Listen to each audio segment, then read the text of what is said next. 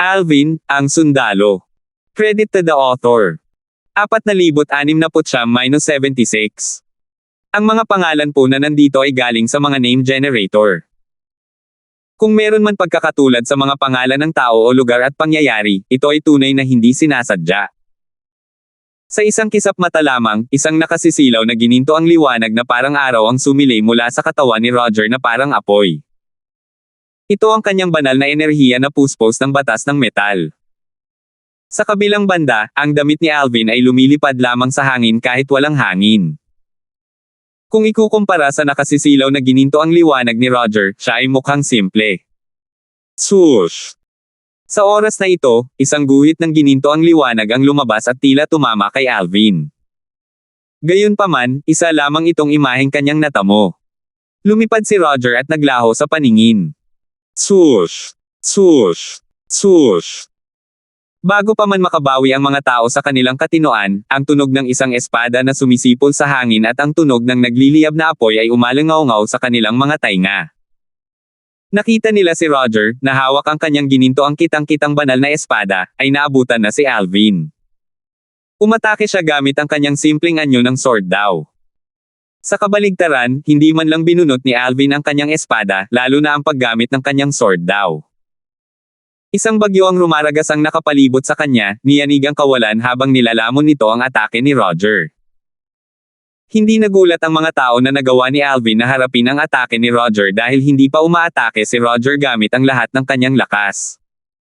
Bukod dito, tila wala pang kalahati ng kanyang lakas ang ginamit ni Roger para umatake.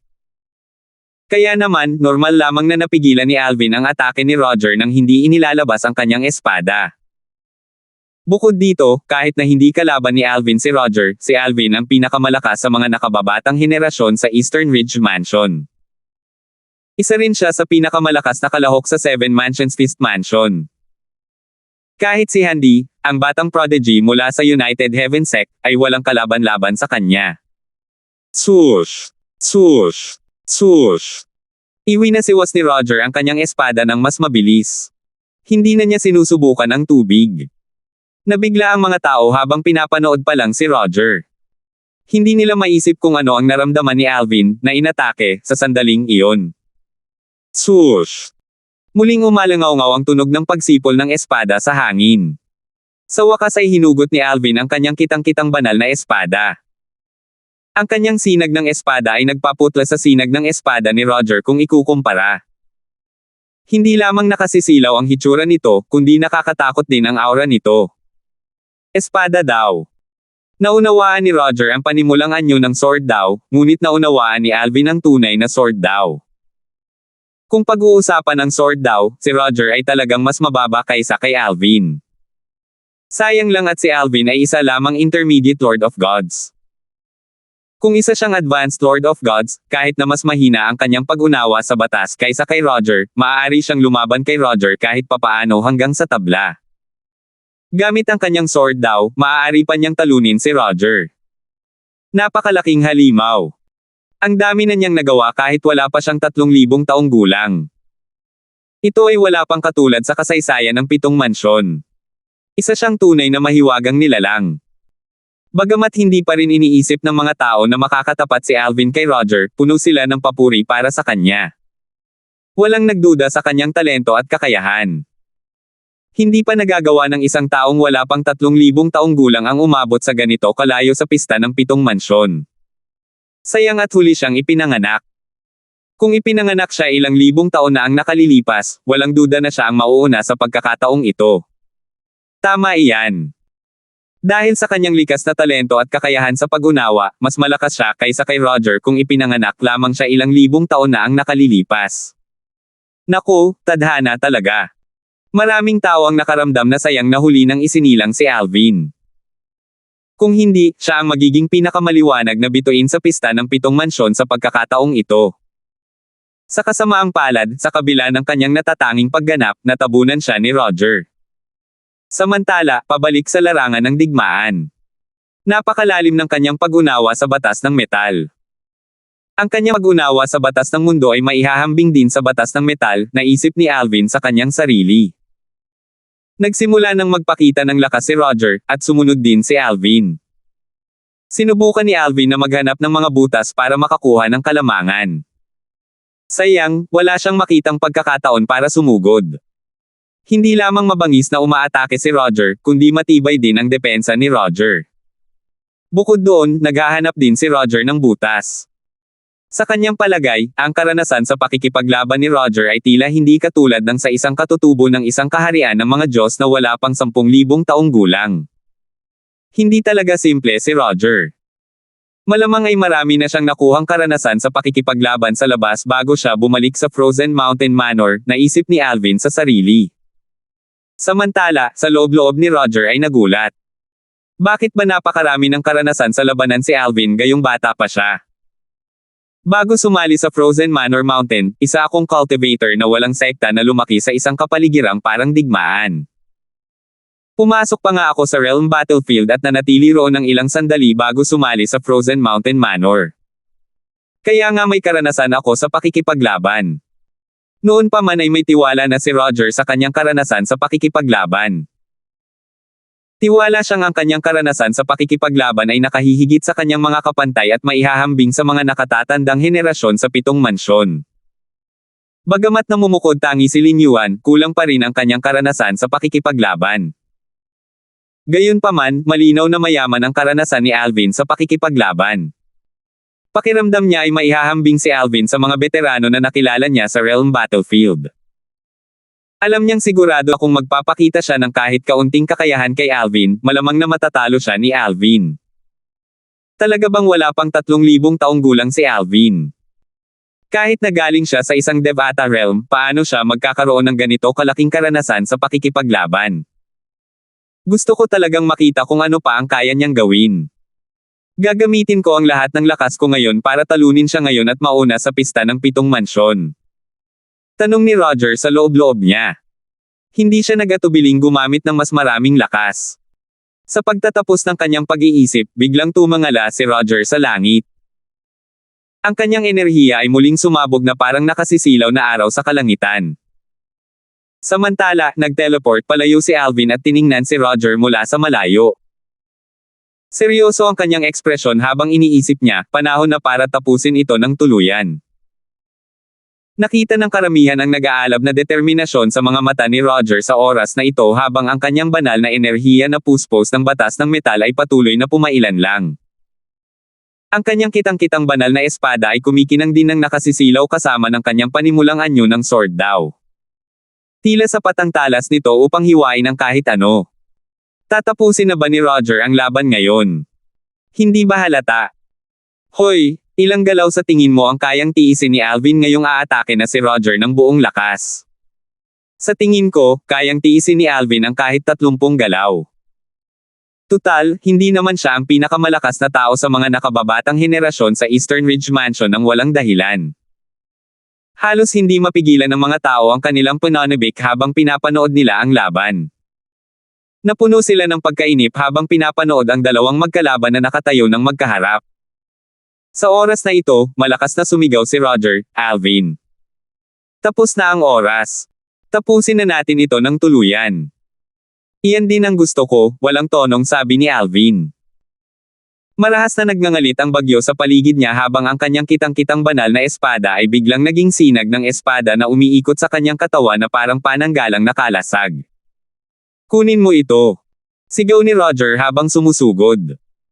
Nayanig ang kawalan habang lumilipad siya sa kalangitan, kumikinang ng nakasisilaw. Isang sipol ng espada na nakakarinig ng ingay ang umalangaw-ngaw sa ere habang isang malaking gininto ang sinag ng espada ang sumugod patungo kay Alvin. Ang malaking gininto ang sinag ng espada ay nagpaputla sa paligid kung ikukumpara. Sa oras na ito, seryoso ang ekspresyon ni Romano nang tumingin siya sa sinag ng espada ni Roger, naghahandang makialam sa mahalagang sandali. Nabigla ang mga tao sa pag-atake ni Roger. Nakakatakot. Tumanggaw si Alvin. Sige. Swoosh. Kumislap si Alvin at naglaho sa paningin. Nang muling lumitaw siya, nakatayo na siya sa likuran ni Roger. Tumawa si Roger. Lumingon siya na parang may mga mata sa likod ng kanyang ulo. Sinugod niya si Alvin gamit ang kanyang kitang-kitang banal na espada habang sinasabing, kanina pa kita hinihintay na mag-teleport. Swoosh! Isa pang sinag ng espada ang lumabas. Mas malakas pa ito kaysa sa nauna. Para bang hinihintay niya ang eksaktong sandaling ito para umatake ng buong lakas. Kamangha-mangha. Ang saktong-sakto ng timing niya. Maging ang ilan sa mga panggit ng emperador ng mga Diyos ay humanga sa eksaktong tiyempo ni Roger. Samantala, pinagpawisan ng malamig ang mga tao mula sa Pure Yang sect habang balisa nilang pinapanood ang laban. 470. Swoosh! Ang dulo ng espada ni Roger ay halos ilang pulgada na lamang ang layo kay Alvin nang lumitaw ito sa likuran ni Roger. Maging si Romano, na siyang namuno sa mga laban noong pista ng 7 mansyon sa pagkakataong ito, ay matamang nakatingin sa dalawa kung sakaling kailanganin niyang iligtas si Alvin sa mahalagang sandali. May karapatan siyang makialam sa sandaling maging malinaw ang resulta ng laban. Karamihan sa mga tao, kabilang si Romano, ay hindi nag-isip na makakatakas si Alvin nang walang pinsala mula sa atake ni Roger sa pagkakataong ito, ngunit pinili pa rin niyang maghintay hanggang sa huling minuto para makialam. Bagamat tila nasa malaking panganib si Alvin sa oras na ito, may maliit na posibilidad na mababago ni Alvin ang sitwasyon. Sa oras na ito, sina Dylan at Peggy ay nasa mataas na alerto rin. Handa silang kumilos agad-agad upang iligtas si Alvin. Tahimik si Pung, at seryoso ang kanyang ekspresyon habang pinapanood ang laban. Kumaway ang kanyang roba sa ere habang ginagamit niya ang kanyang banal na enerhiya, handang gumawa rin ng hakbang. Sa oras na ito, matapos ibaon ni Roger ang kanyang espada kay Alvin, napagtanto niyang isa lamang itong imahe ni Alvin. Paano ito nangyari? Labis na nagbago ang ekspresyon ng mukha ni Roger. Pagkatapos, may pumasok na ideya sa kanyang isipan, dahilan para manlaki ang kanyang mga mata ng bulalas niya, naabot na ba sa ganitong tas ang iyong pag-unawa sa batas ng kalawakan? Sa oras na ito, biglang naisip ni Roger na naunawaan na ni Alvin ang double teleportation profundity mula sa batas ng kalawakan. Hindi tumugon si Alvin kay Roger. Sa halip, lumitaw siya sa gilid at iwinasiwas ang kanyang espada. Dali-daling itinaas ni Roger ang kanyang espada upang ipagtanggol ang sarili laban sa espada ni Alvin. Hindi rin niya nakalimutang gamitin ang kanyang sword daw. Nagbanggaan ang mga atake ng dalawa, at isang nakabibinging pagsabog ang umalingaw-ngaw sa hangin.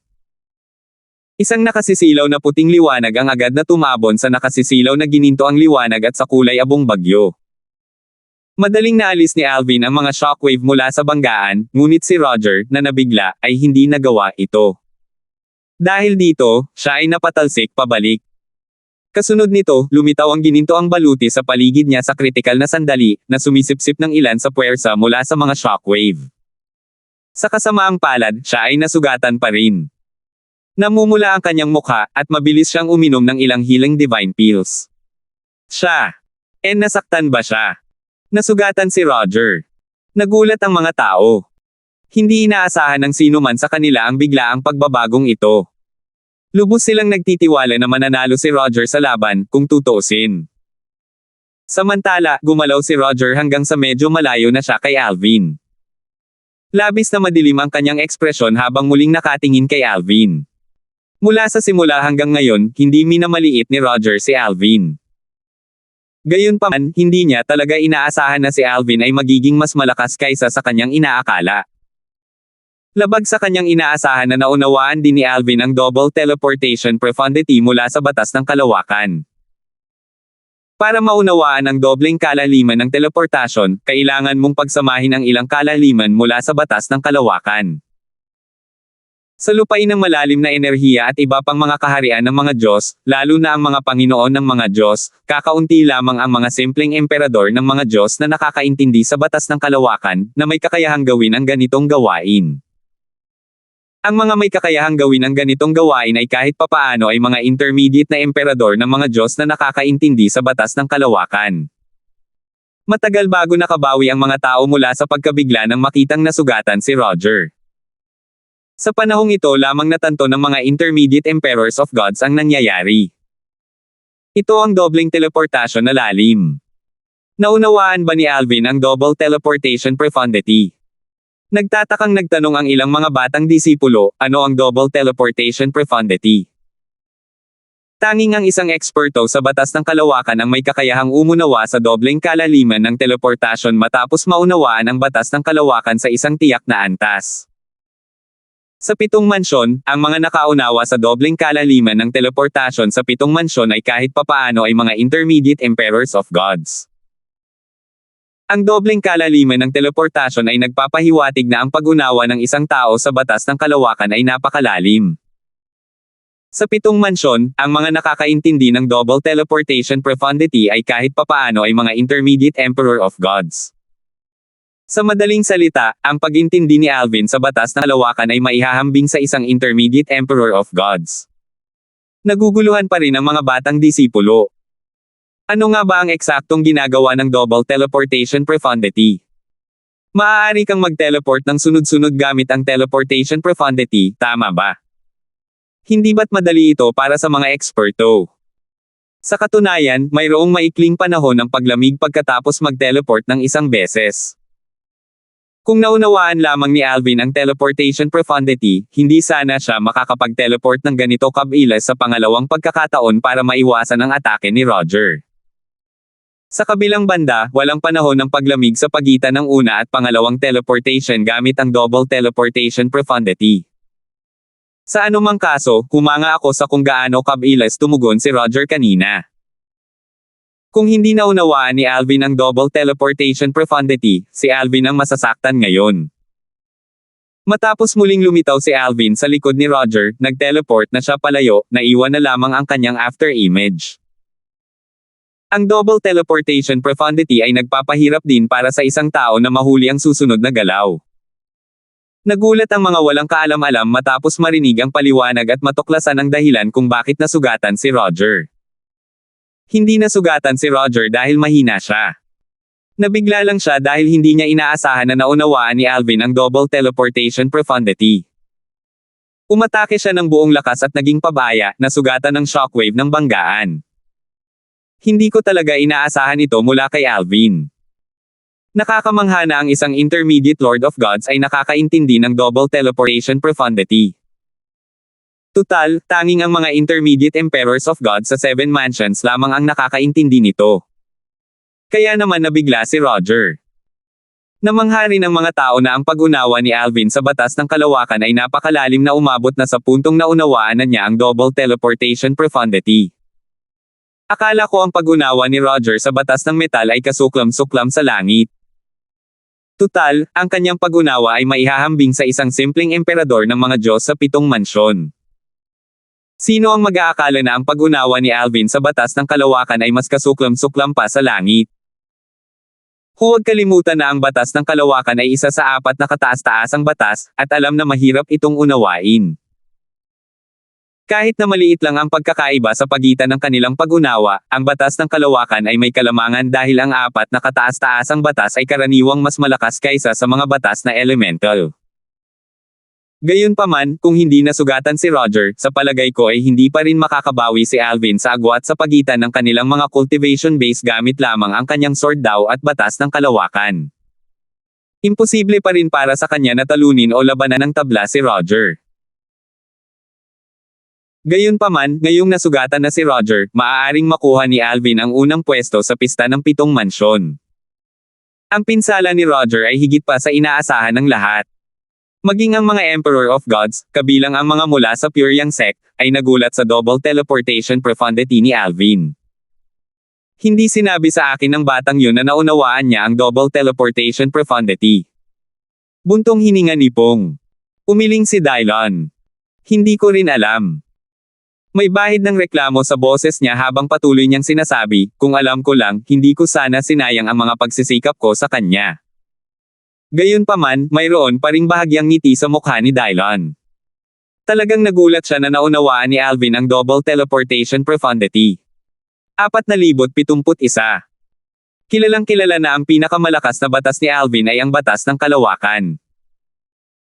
Alam din ng lahat na ang kanyang pag-unawa sa batas ng kalawakan ay malalim at ang kanyang pag-unawa ay hindi mas mababa kaysa sa mga bihasang Panginoon ng mga Diyos sa 7 mansyon na nakakaintindi sa batas ng kalawakan. May mga haka-haka pa nga na ang kanyang pag-unawa ay maihahambing sa mga simpleng emperador ng mga Diyos. Gayunpaman, nagulat pa rin sila nang ipakita niya ang kanyang dobleng kalaliman ng teleportasyon ngayon, na tanging mga intermediate na emperador ng mga Diyos sa 7 mansyon lamang ang nakakaintindi. Wala pa siyang 3,000 taong gulang, pero ang pag-unawa niya sa batas ng kalawakan ay maihahambing sa akin. Nabuhay ako ng walang kabuluhan sa nakalipas na 10,000 taon. Ito ang damdamin ng maraming intermediate emperors of gods, na nakaintindi sa batas ng kalawakan, matapos kumalat ang balita na naunawaan ni Alvin ang double teleportation profundity sa iba't ibang puwersa sa 7 mansions. Nagkaroon din ng kaguluhan sa iba't ibang puwersa sa 7 mansyon. Naunawaan ba ni Alvin ang double teleportation profundity at nasugatan si Roger? Mukhang hindi naman siguro mananalo si Roger ngayon. Makakakuha ba ng 6 na pwesto ang Pyryang Sect sa pagkakataong ito? Manatiling nakikipag-ugnayan sa Pyryang Sect. Kailangan nating makakuha ng pwesto anuman ang mangyari kung sakaling magdesisyon silang i-auction ito. Sa lugar ng pista ng 7 mansyon. Tumingin si Alvin kay Roger na nakatayo sa di kalayuan, hinayaan si Roger na gumaling. Samantala, maingat na nakatingin si Roger kay Alvin habang sinusubukang gamutin ang kanyang mga pinsala. Hindi niya maiwasang makaramdam ng sama ng loob. Isang sandali ng kapabayaan ang nag-iwan sa kanya ng walang hanggang panghihinayang. Kung tutuusin, hindi niya inaasahan na naunawaan ni Alvin ang double teleportation profundity at nasugatan bilang resulta. Ngayon, mapalad siya kung mababawi niya ang 80% ng kanyang lakas. Noong nasugatan siya kanina, naging sanhi rin ito ng pagsiklab ng kanyang mga dating pinsala. Swoosh! Sa ilalim ng mapagmasid na mga mata ng lahat, lumipad si Alvin patungo kay Roger. Alam niyang kailangan niyang tapusin agad ang laban. Kung makakabawi si Roger, mahihirapan siyang talunin si Roger. Ito ay isang pagkakataon na minsan lang mangyari. Lahat ay naaayon sa kanyang plano sa ngayon. Habang lumilipad siya, isang figure ang biglang lumitaw sa tabi niya. Ito ang kanyang kapareho mula sa batas ng kalawakan. Hawak ng doppelganger ang isang kitang-kitang banal na espada habang lumilipad kasama si Alvin patungo kay Roger. Muling nagngangalit ang bagyo sa paligid ni Alvin. Kasabay nito, ginamit din niya ang kanyang sword daw. Nang makita ito, ang mga tao ay nagsimulang mag-usap ng masigasig sa isa't isa. Ang mga batang disipulo ay hindi na kumpiyansa sa tagumpay ni Roger sa oras na ito. Naghahanda si Alvin na talunin si Roger sa isang iglap. Inilabas pa niya ang kanyang doppelganger mula sa batas ng kalawakan. Ang doppelganger ni Alvin ay may parehong lakas sa pakikipaglaban gaya niya. Ngayong dalawa na siya, kahit na gamitin ng nasugatang si Roger ang kanyang bloodline power, dapat ay kaya ni Alvin na manalo ng unang pwesto. Malalaman natin ang resulta kung patuloy tayong magbabantay. Huwag nating kalimutan na maaaring walang mananalo at maaaring magtapos sa tabla ang laban. Kahit na tabla ito, sapat na ito para mauna si Alvin. Nakakalungkot talaga na nasugatan si Roger kanina. Namumutla ang mukha ni Roger sa sandaling ito. Ang lakas ni Alvin ay higit pa sa inaasahan ng lahat. Ngayong lumitaw ang doppelganger ni Alvin, wala nang nangahas na maliitin siya kahit na isa lamang siyang intermediate Lord of Gods. Sa nangungunang 10 kalahok sa pista ng 7 mansyon, tanging sina Alvin, Ender, at Hugh Riley ang mga nasa pagitang antas ng Panginoon ng mga Diyos. Ang 7 iba pang kalahok ay pawang mga nasa mataas na antas ng Panginoon ng mga Diyos. Nasa pinakamababa ang ranggo ni Ender at Hugh Riley, ngunit si Alvin, na isa ring intermediate Lord of Gods, ay sapat ang lakas para maglaban para sa unang pwesto. Ang kanyang lakas ay hindi kapantay ng kanilang dalawa.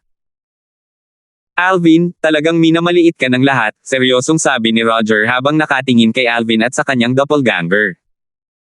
Sandali niyang nakita ang takot sa kanyang mga mata. Kasabay nito, muling lumabas ang ginintoang liwanag at blood chi mula sa kanyang katawan. Pagkatapos, kumilos din siya. Gayunpaman, sa halip na sumulong, umatras siya habang umaatake. Swoosh! Swoosh! Swoosh! Hindi tumigil si Roger sa pag-ugoy ng kanyang kitang-kitang banal na espada habang lumilipad pabalik. Hindi mabilang na nakasisilaw na gininto ang sinag ng espada ang lumabas upang harangan ang mga sinag ng espada ni Alvin. Nang makita ito, napataas ang kilay ni Alvin. Pagkatapos, nagpalit siya ng posisyon kasama ang kanyang mga doppelganger bago sila sabay-sabay na sumalakay. Swoosh! Swoosh!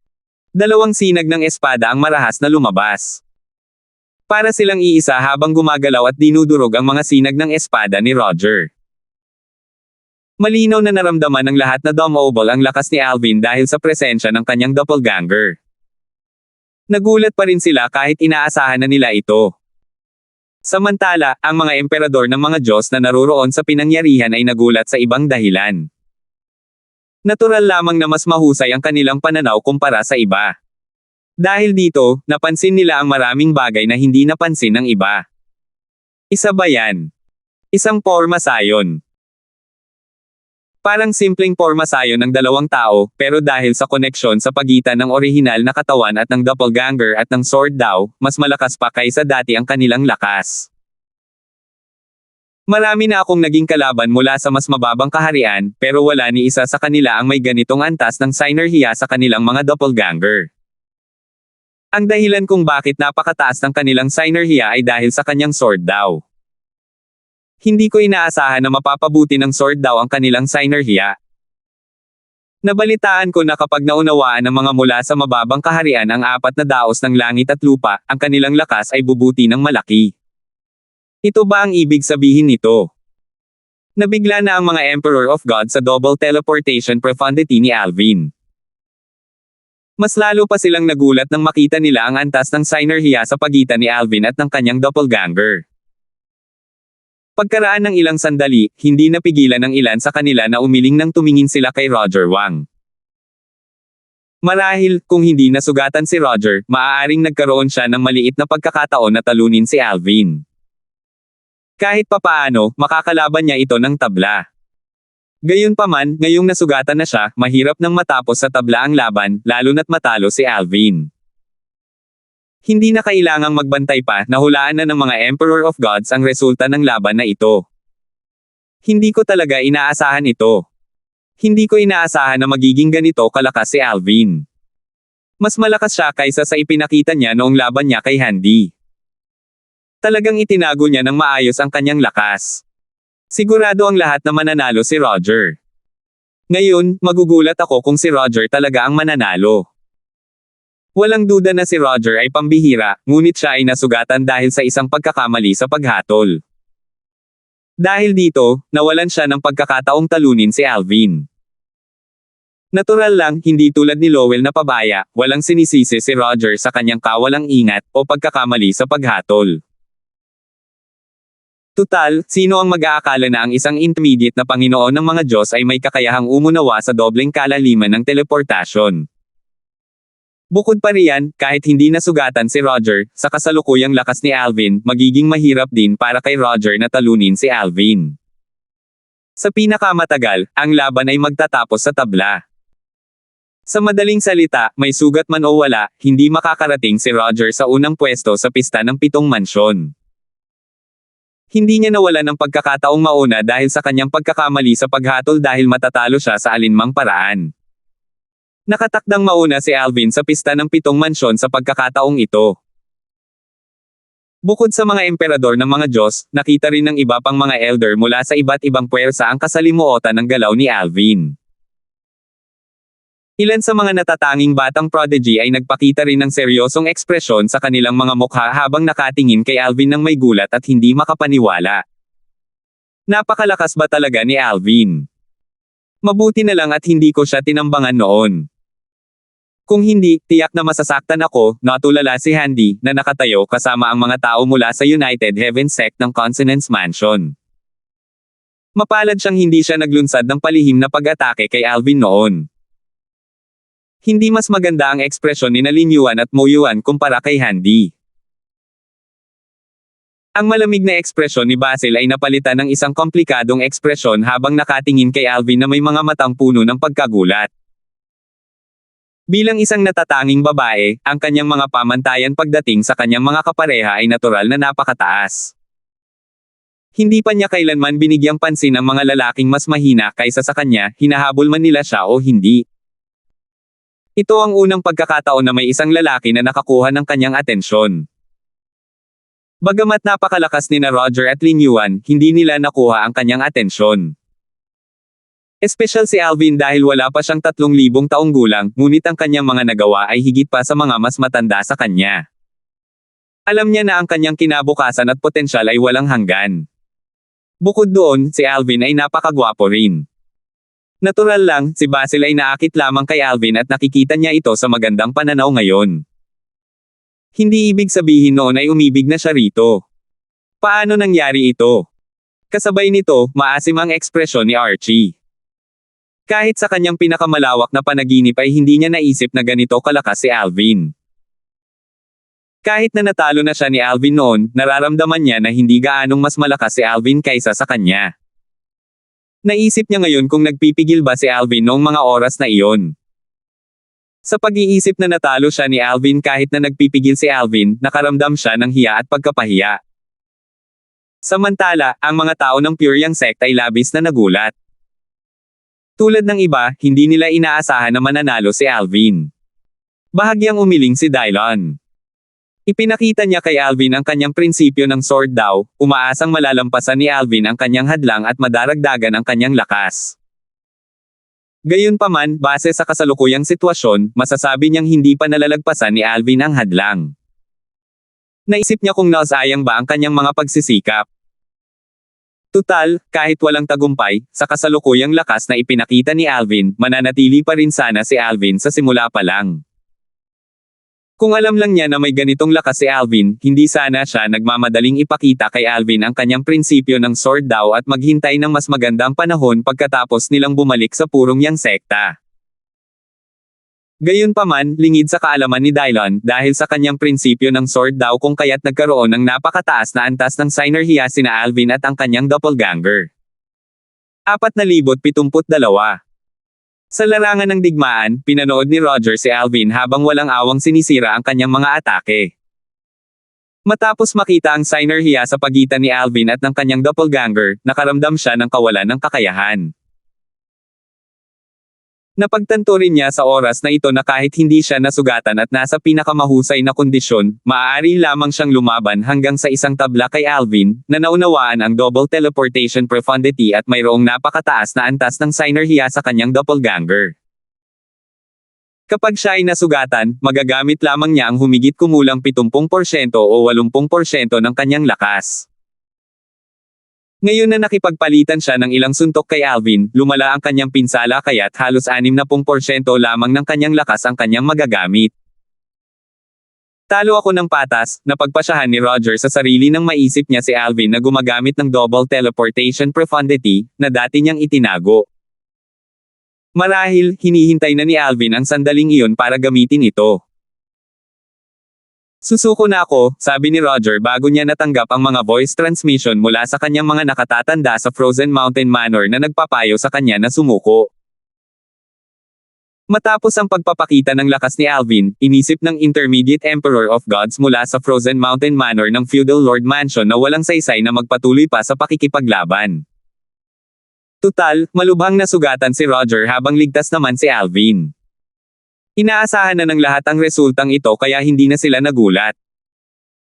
Ikinalungkot lamang nila kung paano ibang-iba ang kinalabasan sa inaasahan nila noong una. Si Roger, na sigurado silang mananalo, ay sumuko kay Alvin. Walang kumuwestiyon sa panalo ni Alvin pagkatapos ng kanyang pagpapakita ng lakas. Narinig ng mga batang disipulo ang paliwanag ng kanilang mga nakatatanda kaya alam nilang karapat-dapat manalo si Alvin. Ayon sa mga nakatatanda sa akin, kahit hindi nasugatan si Roger, lalaban siya hanggang sa tabla ang laban nila ni Alvin. Halos imposible para sa kanya na talunin si Alvin. Oo nga. Iyan din ang sabi ng nakatatanda sa akin. Sabi ng nakatatanda ko, kahit hindi nasugatan si Roger, malaki ang tsansa ni Alvin na talunin si Roger, hindi lang basta tabla ang laban. Mas malalim ang pag-unawa ni Alvin sa batas kaysa kay Roger. Mas malakas din ang doppelganger niya kaysa sa bloodline power ni Roger. Hindi lang iyon, mas nakahihigit din ang sword daw niya kaysa kay Roger.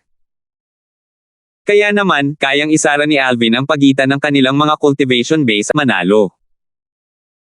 Kahit na hindi naniniwala ang mga batang disipulo sa iba, natural lang na naniniwala sila sa kanilang mga nakatatanda, lalo na sa mga intermediate emperor of gods. Bukod dito, kahit na ang kanilang pananaw ay hindi kasing husay ng sa isang intermediate emperor of gods, hindi sila bulag. Nakita nila na si Alvin ay may pambihirang lakas. Pagbalik sa larangan ng digmaan, sa sandaling sumuko si Roger, nawala ang gininto ang liwanag sa kanyang katawan. Tiningnan niya si Alvin at ang bagyo sa paligid niya na unti-unting humihina bago nagtanong ng may ngiti na mapait, "Alvin, hanggang dito na lang ba ang lakas mo?" Nang marinig ang tanong na ito, natahimik ang karamihan. Sa katunayan, ito na ba ang lawak ng lakas ni Alvin o itinatago pa rin ni Alvin ang kanyang lakas? Instinct nilang inakala na iyon na ang buong lakas ni Alvin. Maging ang mga emperador ng mga Diyos ay inakala rin iyon. Matawaman na tumingin ang lahat kay Alvin, naghihintay sa kanyang sagot. Kalmadong sumagot si Alvin, "Malapit na." Tutal, hindi ginamit ni Alvin ang kanyang mastery daw kanina. Gayunpaman, kung hindi siya nakahanap ng paraan para mapataas ang sinerhiya sa pagitan niya at ng kanyang doppelganger mula sa Sword Dao Principle ni Dylon sa nakalipas na 2 araw, maaaring wala pa rin siyang lakas na mayroon siya ngayon kahit na ginamit niya ang kanyang mastery Dao. Malapit na ba? Natigilan si Roger. Pagkatapos, nang makabawi siya, mapait niyang sinabi, "Kaya hindi mo ginamit ang lahat ng iyong lakas." Tama iyan. "Naiintindihan ko na ngayon," sabi ni Roger bago siya tumalikod at umalis sa larangan ng digmaan, mukhang nalulungkot. Ramdam ng mga nakatingin sa likod ni Roger ang kanyang hinanakit. Kung tungkol naman sa iba, nagkagulo sila nang makabawi sila ng katinoan. Maging ang mga emperador ng mga Diyos ay nagulat nang marinig nila na hindi ginamit ni Alvin ang kanyang buong lakas kanina. Si Romano, na siyang namuno sa mga laban noong pista ng 7 mansyon, ay tumingin kay Alvin nang may nagniningning na mga mata na parang gusto niyang i-recruit si Alvin. "Hindi ko talaga inaasahan na si Alvin ang mauuna sa pista ng 7 mansyon. Buti na lang at hindi ako tumaya kahapon. Kung hindi, matatalo ako ng husto ngayon. Sino ang umasa na ganito ang magiging resulta?" Dahil dito, si Alvin ang naging kampyon ng pista ng 7 mansyon. Habang bumabalik si Alvin upang tumayo kasama ang mga tao mula sa Pyryang sect, maraming Emperor of Gods mula sa iba pang puwersa sa 7 mansions ang bumati kina Dylon at Peggy. Likas na tuwang-tuwa ang mga tao ng Pyryang sect. Taliwas sa inaasahan ng lahat, ang mga tao mula sa Frozen Mountain Manor ng Feudal Lord Mansion ay hindi nabigo sa pagkatalo ni Roger. Gayunpaman, ang mga tao mula sa angkan ng Walker, na nakaupo sa tabi ng mga tao ng Pyryang sect, ay labis na nalungkot sa sandaling ito. Simula nang pasukin ni Dylon ang ari-arian ng kanilang angkan at patayin si Jules, isang intermediate emperor of gods at isang golden Sith elder ng angkan ng Walker, ang angkan ay naging kaaway ng Pyryang sect. Ngayon na si Alvin ang nangunguna sa pista ng 7 mansyon, paano sila makakaramdam ng kaligayahan? Natural lamang na makaramdam sila ng kalungkutan. Sa pagkakataong ito, si Theodore, na namuno sa pangkat mula sa angkan ng Walker, ay tumayo. Sabi niya, "Tara na." Samantala, hindi na muling tumingin si Archie kay Alvin matapos umalis si Alvin sa larangan ng digmaan. Para bang natatakot siyang makita ang mapangutsyang titig ni Alvin. Tutal, hindi naman siya nagpigil ng pangungutya kay Alvin sa bawat pagkakataon. Ang pagpapakita ng lakas ni Alvin ngayon ay parang isang sampal sa kanyang mukha. Ang mga tao mula sa angkan ng Walker ang unang umalis sa lugar. Hindi lamang ang mga tao mula sa angkan ng Walker ang hindi masaya. Hindi lahat ng mula sa purong yang sekta ay masaya. Halimbawa, nariyan si Hagen, ang Panginoon ni Ender at isang elder mula sa pangkat ng Pinshen. Bagamat may ngiti sa kanyang mukha, malamig ang kanyang puso.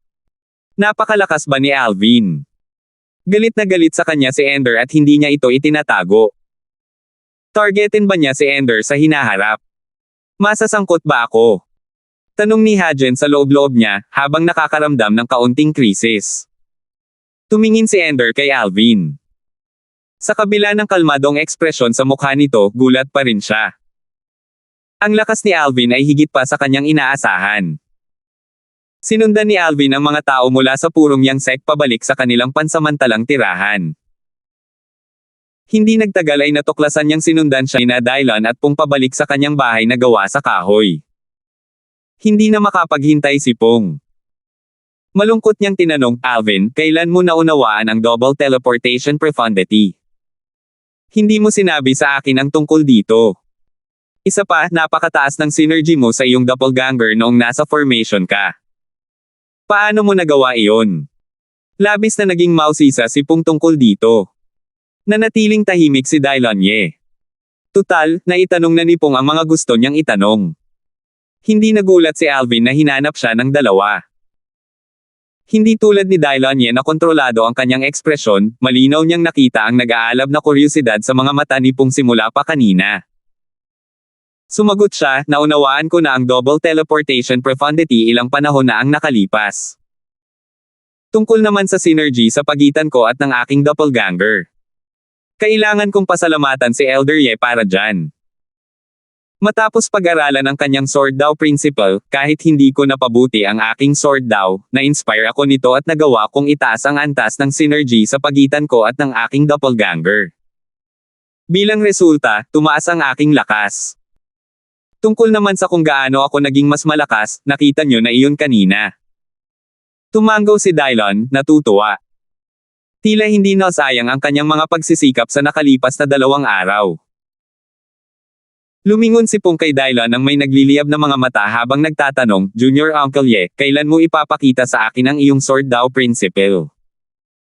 Sumulyap si Dylan kay Pong at sinabing, ilang beses ko na itong ipinakita sa iyo, di ba? Hanggang ngayon, hindi mo pa rin naiintindihan ang panimulang anyo ng Sword Dao. Ibig sabihin, hindi ka angkop para matuto ng Sword Dao. Tila bahagyang nanghina si Pong nang marinig ito. Pagkatapos, labag sa loob niyang sinabi, hindi ko sinasabi yan. Ang tinutukoy ko ay ang prinsipyo ng Sword Dao na ipinakita mo kay Alvin. Alam ni Pong na ang prinsipyo ng Sword Dao na ipinakita ni Dylan kay Alvin ay inspirasyon ni Bert Ing, ang Panginoon ni Alvin. Sa kanyang palagay, maaaring hindi niya angkop na maunawaan ang Sword Dao ni Dylan, ngunit maaaring hindi iyon ang kaso para sa Sword Dao ni Bert Ing. Umiling si Dylan at tinanggihan si Pong. Maaari kong ibahagi ang Sword Dao na aking pinagkadalubhasaan. Maliban kung makuha ko ang pagsang-ayon ng amo ni Alvin, hindi ko maipapakita sa iyo ang prinsipyo ng Sword Dao na ipinakita ko kay Alvin. Hindi nasaraan ng loob si Pong. Agad niyang tiningnan si Alvin at nakangiting nagtanong, Alvin, maaari mo bang hingin ang pagsang-ayon ng iyong Panginoon? Naaalala kong sinabi mo na iniwan ng iyong Panginoon ang kanyang doppelganger sa Devata Realm para makausap mo siya gamit ang iyong doppelganger, tama ba? Hindi tinanggihan ni Alvin si Pong.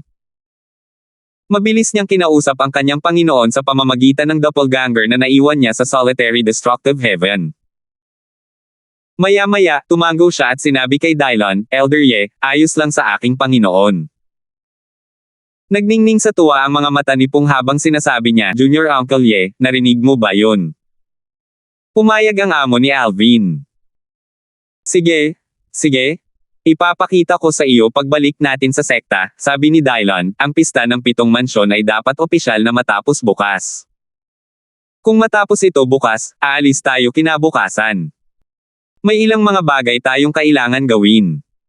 Pagkatapos sabihin iyon, tumingin si Dylan kay Alvin. 473. Nang marinig ang mga salita ni Dylan, nagliwanag ang mga mata ni Alvin. Hindi niya nakalimutan na maaaring magkaroon siya ng isang hindi inaasahang pagkikita pagkatapos ng pista ng 7 mansyon. Kakausapin sana ni Dylan si Pingshen, ang nagtatag ng pangkating Pingshen ng Pure Yangsek, tungkol sa pagpapapasok ng 2 tao sa Supreme Divine Mansion, na natagpuan ni Hajen at pinasok naman ni Ender. Bago magsimula ang pista ng 7 mansyon, si Ender ay itinuturing lamang na isang disipulo na bahagyang mas mataas sa karaniwan sa purong Yangsek. Ang kanyang pagganap ay pangkaraniwan lamang, at siya ay mas mababa sa maraming natatanging disipulo sa purong Yangsek. Dahil dito, ang kanyang pagganap sa pista ng 7 mansyon ay ikinagulat ng lahat. Mayroon lamang 3 intermediate Lords of God sa nangungunang 10 ng 7 mansyon na pista sa pagkakataong ito, at isa siya sa kanila. Batay dito, makikita kung gaano kapaki-pakinabang ang pagpasok sa Supreme Divine Mansion. Kaya naman, natural lamang na matuwa si Alvin sa posibilidad na makapasok sa Supreme Divine Mansion. Hindi man lang siya ganoon kasabik noong natalo niya si Roger kanina. Ang pinakamalaking pakinabang niya sa pagkatalo kay Roger at sa pagranggo sa unang pwesto sa Seven Mansions Fist ay ang pagkapanalo niya ng 4 na pwesto para makapasok ang Pyryang Sect sa Secret Holy Realm. Dahil dito, tumaas ang posibilidad ng isang mas mataas na Emperor of God sa Pyryang Sect. Kung tungkol naman sa mga gantimpala para sa personal na paggamit ni Alvin, marahil, ayos lang ang mga ito para sa isang karaniwang batang prodigy, ngunit para sa kanya, hindi rin ito kaakit-akit. Ang mga gantimpala ay mga Lord Grade Divine Pills. Hindi rin naman ito mga Lord Grade Limit Divine Pills. Ang iba pang mga gantimpala ay wala ring silbi sa kanya, at maaari lamang siyang makipagpalitan ng ilang Divine Crystals. Sige, iyon lang. Aalis na kami, sabi ni Dylon. Nagpaalam siya kay Alvin bago umalis kasama si Pong. Bago umalis si Pong, hindi niya nakalimutang purihin si Alvin sa pamamagitan ng voice transmission. Alvin, ang galing ng ginawa mo sa pagkakataong ito. Mula ngayon, ang iyong katanyagan ay hindi lamang limitado sa 7 mansyon. Sa paningin ng mga puwersang may pinakamataas na ranggo, ang 7 mansyon na may maraming puwersang may pinakamataas na ranggo ay medyo atresado. Nakita nila ang 7 mansyon bilang isang lugar na kulang sa mga mapagkukunan, at dahil dito, mahirap para sa sinuman mula sa 7 mansyon na maging mga kataas-taasang Diyos. Para sa kanila, ang pagiging sikat sa 7 mansyon ay walang kahulugan. Alam na ito ni Alvin simula pa noong una, kaya naman, hindi niya inakalang kahanga-hanga siya dahil sa pagiging sikat sa 7 mansyon. Bukod pa rito, sa kanyang palagay, masyado pa rin siyang mahina ngayon. Wala pa nga siyang kakayahang hanapin ang kanyang asawa. Pagkatapos umalis ni Dylon at Pong, umupo si Alvin nang nakakross ang mga paa sa kama, ipinikit ang kanyang mga mata, at nagpahinga. Kasabay nito, naisip niya ang isang espada sa kanyang isipan. Ang espada ay sumasayaw na parang dragon, paminsan-minsan ay walang awang humihiwa at lumilipad ng pabago-bago sa ibang pagkakataon. Medyo mahirap pagbutihin ang aking sword daw gamit ang prinsipyo ng sword daw ni Elder Ye. Mukhang kakailanganin kong humingi ng gabay sa aking amo. Iniwan ni Alvin ang kanyang doppelganger mula sa batas ng oras sa Heavenly Emperor Place sa Solitary Destructive Heaven. Dahil dito, makakausap niya ang kanyang Panginoon sa pamamagitan ng doppelganger ng kanyang Panginoon. Hindi niya sinayang ang oras at ipinadala ang doppelganger ng kanyang batas ng oras upang hanapin ang doppelganger ng kanyang Panginoon. Nang marinig ni Berting ang tungkol sa sitwasyon ni Alvin, ngumiti siya at mahinahong sinabi, "Hindi ko inaasahan na ang oras ko kasama si Brother Ye ay magiging kapaki-pakinabang din sa iyo. Manatili ka lang kasama ko sa susunod na mga panahon. Sasabihin ko sa iyo ang tungkol sa aking pananaw tungkol sa sword daw na maaaring hindi mo pa naisip. Hindi dapat maging mahirap para sa akin na tulungan kang makamit ang isang tagumpay sa iyong sword daw." Gayunpaman, biglang natigilan si Berting. Parang may naisip siya, naging seryoso ang kanyang ekspresyon bago nagpatuloy sa pagsasabing, "Bagamat mayroon akong gabay na parang shortcut, umaasa akong aasa ka sa sarili mong pangunawa kapag ginagawa mo ang iyong huling tagumpay. Kung makakalusot ka gamit ang aking sword daw, magiging napakahirap ng iyong magiging landas sa sword daw. Ayos lang na gamitin ang landas ng iba bilang sanggunian, ngunit mas mainam na makalusot ka ng mag-isa. Mayroon ka namang sariling landas. Imposibleng maging mas malakas ka sa pamamagitan ng pagsunod sa landas ng ibang tao. Kung susundin mo ang aking landas, parang kasabihan na imposibleng malampasan ng isang estudyante ang guro." Naging seryoso rin ang ekspresyon ni Alvin matapos makinig kay Berting. Sa pagkakataong ito, napagtanto rin niya kung bakit hindi masyadong nakikialam ang kanyang Panginoon sa kanyang sword daw. Gusto pala ng kanyang Panginoon na tahakin niya ang sarili niyang landas. Kinumpirma rin ng mga sumunod na salita ni Berting ang iniisip ni Alvin. Aniya, noon, pagkatapos kitang gabayan sa pinakasimpleng yugto, bihira, kung dati man, akong makialam sa landas ng iyong sword daw. Tumigil siya at bumantong hininga bago nagpatuloy sa pagsasabing, hindi ako isang taong pidentiko. Dahil nagmamadali kang lumakas, gagabayan kita hanggat maaari. Umaasa lang ako na hindi nito maaapektuhan ang sarili mong landas. Sa huli, ang kapareho ni Alvin mula sa batas ng oras ay nanatili sa tabi ni Berting. Bukod sa pag-unawa sa batas ng oras, pinag-aralan at pinagmasdan din niya ang sword daw ni Berting. Tulad ng mga batas, ang sword daw na nauunawaan ng isang doppelganger ay hindi naiiba sa sword daw na nauunawaan ng tunay na katawan. Ang mga doppelganger ay bahagi ng kaluluwa ng isang tao. Nagbabahagi sila ng kani-kanilang mga alaala at kakayahan ayon sa kani-kanilang tunay na katawan. Ang kanilang nakita, narinig, at naunawaan ay agad na maibabalik sa kanilang tunay na katawan. Ito ay isang malaking bentahe ng mga mula sa mababang antas. Kinabukasan. Maraming tao ang dumating na sa lugar ng pista ng 7 mansyon kaninang madaling araw. Dumating si Alvin kasama ang mga tao mula sa purong yang sect gaya ng dati, ngunit hindi siya tumayo sa unahan. Naupo siya nang nakakros ang mga paa kasama ang mga miyembro ng sekta at ipinikit ang kanyang mga mata. Walang nakakaalam kung siya ay naglilinang o nagpapahinga lamang. Maraming miyembro ng Pure Yang sect ang gustong makausap si Alvin, ngunit matapos makita siya sa ganitong kalagayan, binaliwala nila ang kanilang mga ideya. Bagamat hindi nakapwesto si Alvin sa isang kapansin-pansing posisyon ngayon, nakaakit pa rin siya ng atensyon ng maraming tao. Nariyan si Alvin, ang kampyon ng pista ng 7 mansyon. Sa pagkakataong ito, ang Pure Yang sect ay nakakuha ng 6 na pwesto para makapasok sa Secret Holy Realm salamat sa kanya. Ang paghahambing ay nakakainis lang. Wala kaming nakuhang kahit isang pwesto, pero ang Pure Yang sect ay nakakuha ng 6. Hindi ba masyadong sakam ang purong Yang sect? Habang pinag-uusapan ng lahat si Alvin, si Romano, ang elder mula sa Howling Flame sect na namunos sa mga laban ng 7 Mansions Feast, ay nagsabi, ngayon, itutuloy natin ang 7 Mansions Feast. Karamihan sa mga tao ay nalipat ang kanilang atensyon kay Romano, ngunit may ilang mga tao pa rin na nakatingin kay Alvin ng may pagtataka, nagtataka kung paano naging ganito kalakas ang isang taong wala pa sa 3,000 taong gulang. Inisip nila kung mayroon ba siyang mga kamangha-manghang hindi inaasahang engkwentro o kayamanan. Dahil sa kaisipang ito, umusbong ang kasakiman sa ilan sa kanilang mga puso.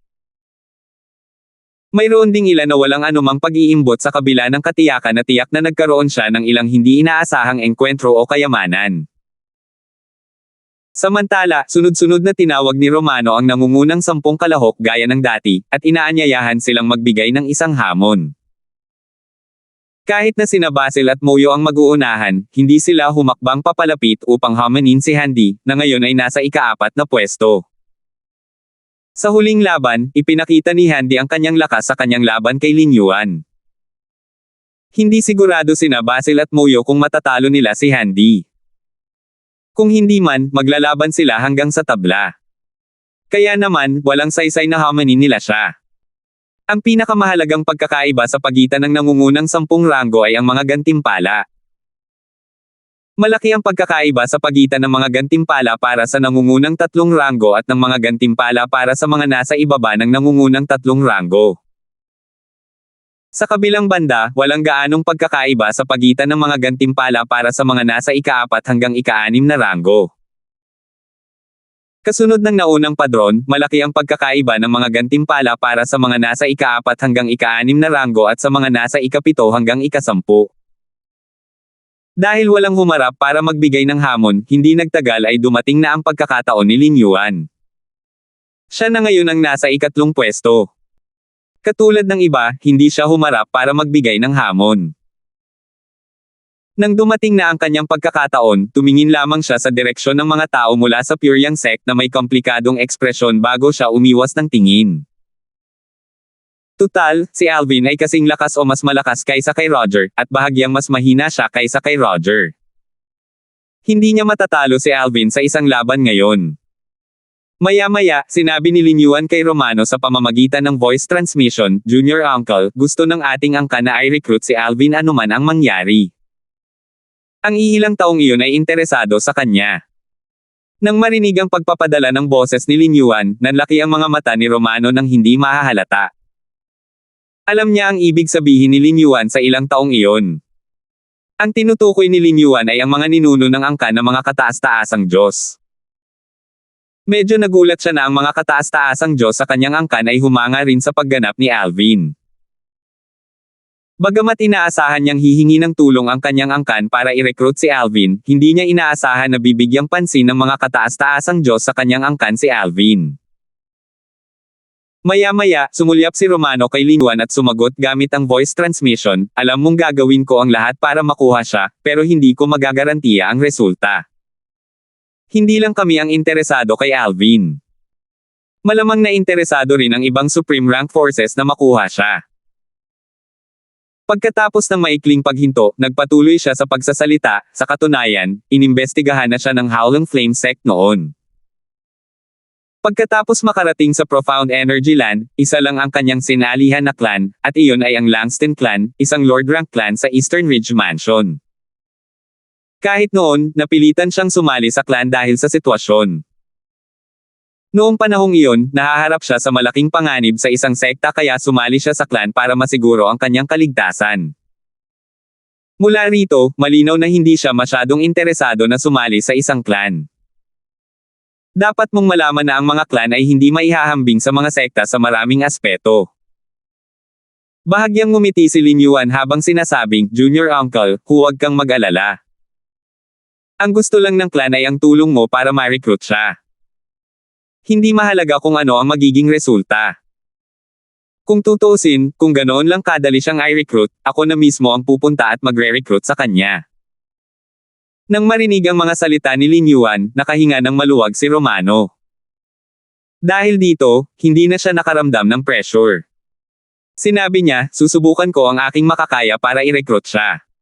Gayunpaman, wala akong kinalaman kung sasali siya sa angkan o hindi. Kasabay nito, matapos sumuko si Lin Yuan sa kanyang hamon, pinal na ang ranggo ng pista ng 7 mansyon. Ang nangungunang 10 ranggo ay ang mga sumusunod. 1. Alvin mula sa purong yang sect ng Eastern Ridge Mansion. 2. Roger mula sa Frozen Mountain Manor ng mansyon ng mga Panginoong Feudal. 3. Si Lin Yuan mula sa sekta ng apoy na nag-uungol sa malalim na mansyon ng Jade.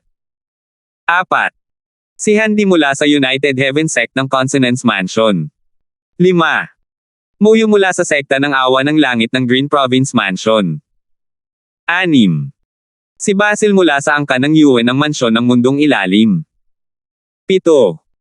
Archie mula sa angkan ng Walker ng Eastern Ridge Mansion. 8. Lowell mula sa sekta ng mga dahon ng taglagas ng banal na mansyon ng umaga. 9. Ender mula sa purong yang sect ng Eastern Ridge Mansion. 10. Hugh Riley mula sa Marionette Villa ng Green Province Mansion. 4,074. Sa pagkakataong ito, lahat ng 7 mansyon ay mayroong kahit isang kalahok sa nangungunang 10 ranggo ng 7 mansyon. Ang Eastern Ridge Mansion ang may pinakamataas na bilang ng mga kalahok sa nangungunang 10. Mayroong 3 tao mula sa Eastern Ridge Mansion na nasa nangungunang 10. Kasunod nito ay ang Green Province Mansion na may 2 kalahok sa nangungunang 10.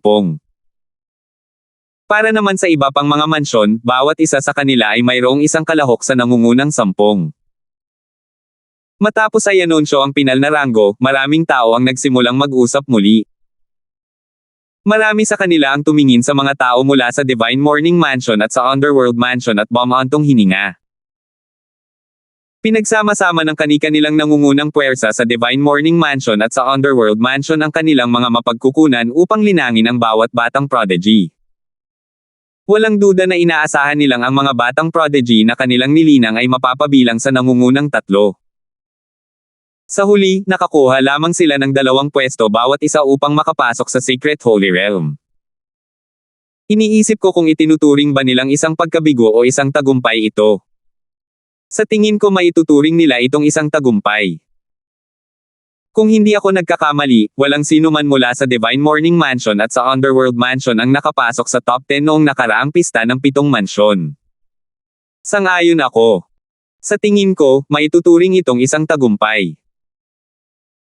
Sa oras na ito, kahit na ang mga intermediate emperors of gods mula sa iba't ibang matataas na puwersa sa Divine Morning Mansion at Underworld Mansion ay hindi mukhang masaya, marami sa mga miyembro ang nakangiti. Bagamat mas malala ang resulta kaysa sa inaasahan nila, hindi ito isang ganap na pagkabigo.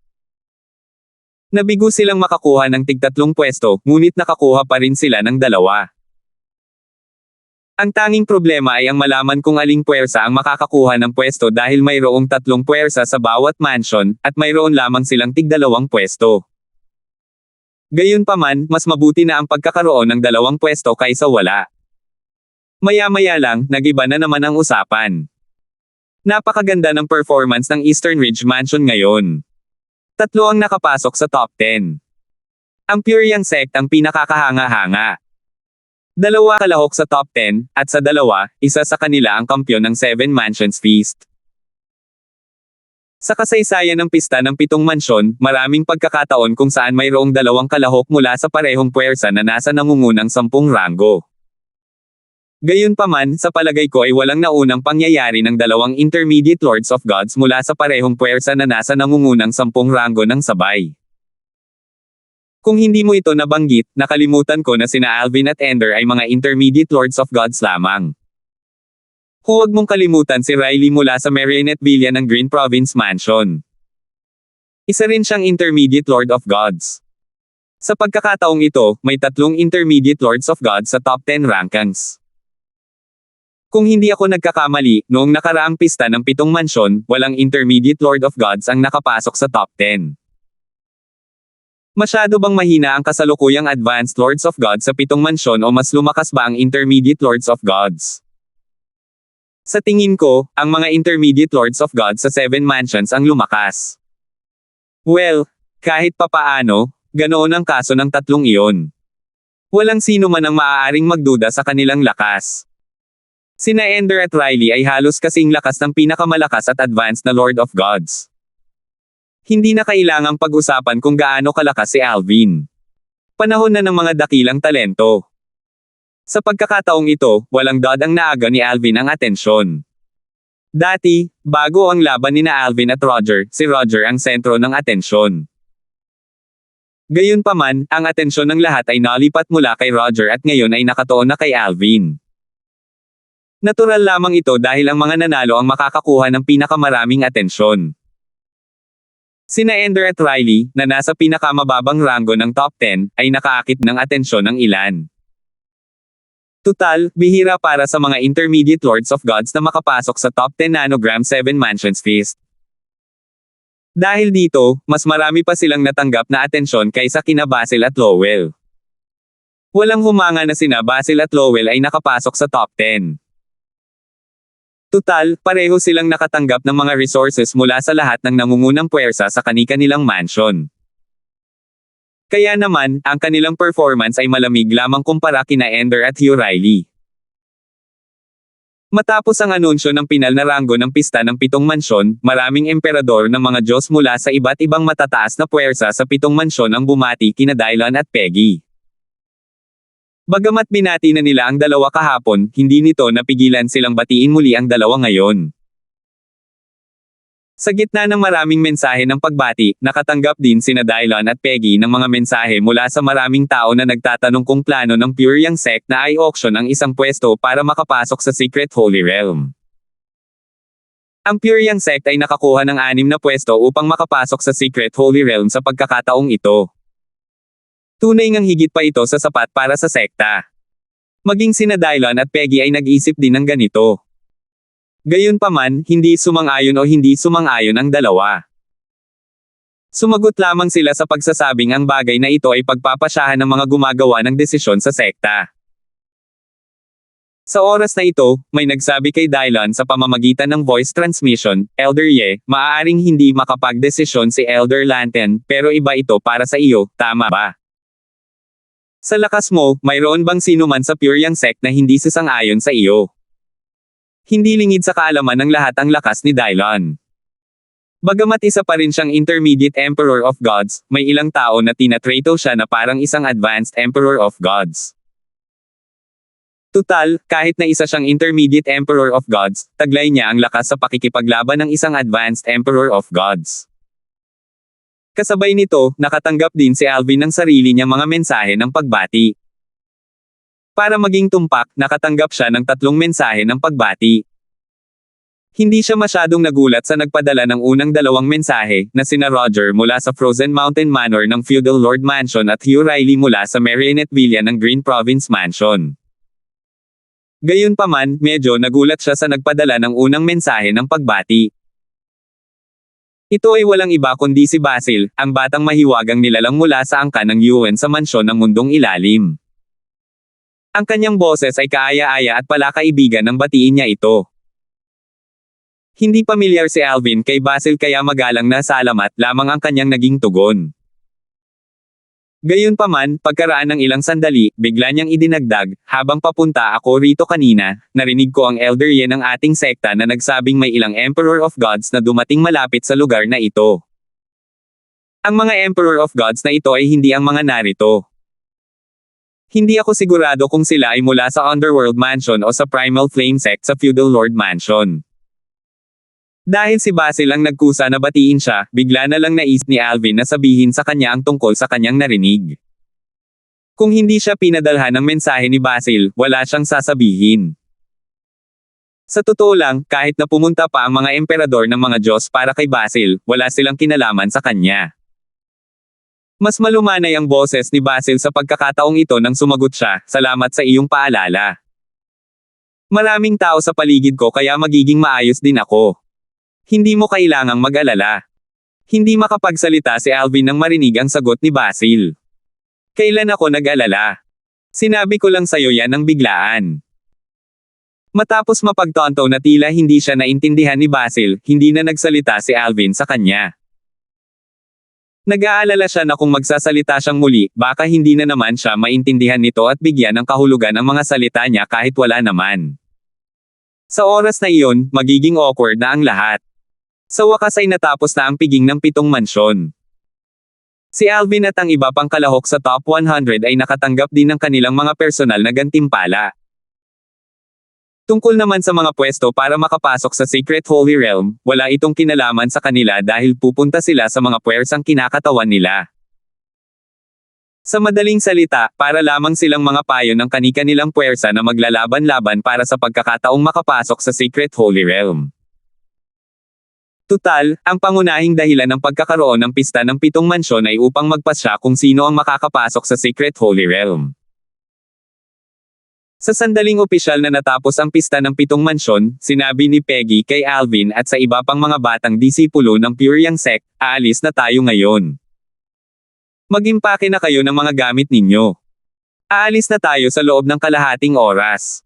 Bahagyang nagulat si Alvin. Inakala niyang aalis sila papunta sa Eastern Ridge Mansion at sa Puriang Sect bukas. Ang iba ay parang si Alvin din. Akala nilang lahat ay aalis na sila bukas. Sinabi sa kanila ni Peggy na aalis sila kinabukasan pagkatapos ng opisyal na pagtatapos ng pista ng 7 mansyon. Tila nakita ni Peggy ang tanong na nakasulat sa mukha ng lahat kaya ipinaliwanag niya, "Maaga pa naman. Mahigit 1 oras pa bago magtanghali. Wala nang saysay na magtagal pa."